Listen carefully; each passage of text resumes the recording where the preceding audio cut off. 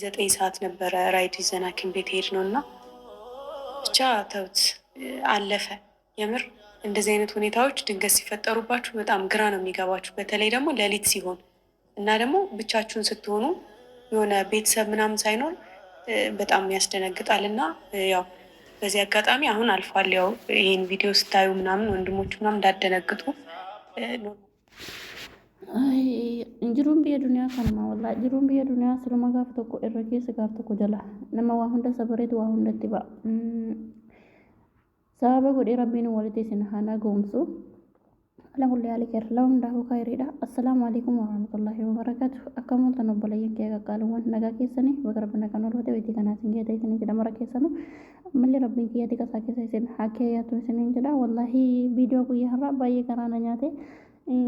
Aimin illee baay'ee garaana nyaate dhugaa rabbii waan kana hundaaf natuman seete yookiin natu sababa ta'ee jette abshiri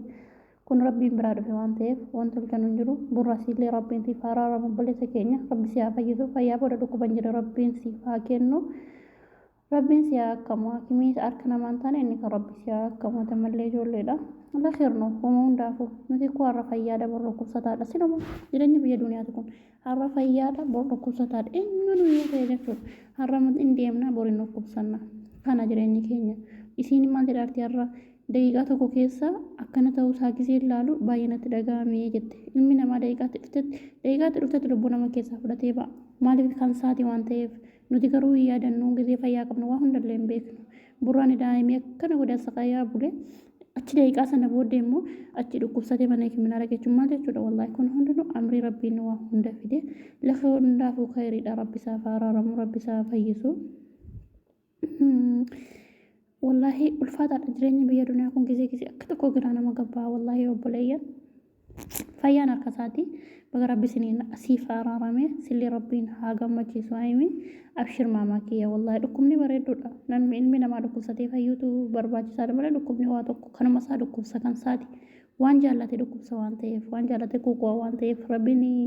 kana sababa godhee isaaf araaramu isumayyuu qalbii qalladanii bar yoomni isan jirin jedhaman qalbii qalladuu dhugaa rabbi yoomni san akka namaatti qalbii kana qalladuu yoomni san akka namaatti warra gubata yaa rabbi kineenii fudhataa boos ka'uu dhagaayi wallahi burraan kun diraamaa nama qaba dhugaa rabbi diraamaa nama cimaa qaba gisee nan kolfa gisee nan bo'amu akkam akkamiin wallahi narkaabate sababa godhee rabbiin burraa keessee achitti hambise yataa abbaatu burraa lamu maaliin gadi baata qaldiidhaa jiru mana ibiddiitti boba'u dhiise namni mana ibiddiin jirre keessa dhaqee hin taa'in waan jiru achitti gaashiyyeetti dhaamaatii gaashiyyeedhaan xumurreerraa xumuraa gaashii jiraatiitti dhaamaatii addee biyaa kiniiniin isaa wallaahi nama sodaachisa wabaa natti fakkaata garuu dhukkubni isaa kun taayifoodii yookiin wobaadha taayifoodii yookiin immoo wobaadhuma qorraa lamaffaa saraamikiin qorraa saraamikii irra ciisee lamaffaa immoo isiin gadi bishaanitti daffaatee kun hundinuu sababa ta'ee rabbiin isaaf araaramu rabbi haa fayyisu fayyaa booda dhukkubni jirra siif haa kennu siin jedha obboleessa keenya aayimiyaatillee abshirii manni kee mana burraa ta'eera manni burraa manuma kee ta'eera kana booddee achumatti gaa jarri tokko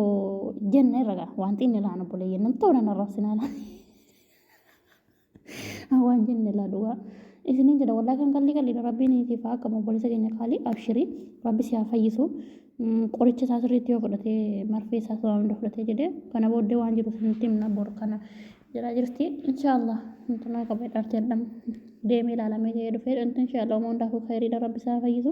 inni na dhibee namoota ni qixa marfee waggaa nuti ol jedhee jira mucichaa keessa laaluu garaa naan maate dhugaa rabbi yaa jiruun keenya kun rakkina bar la khayru nama hundaafuu rabbi siif araaramu shiburra abshir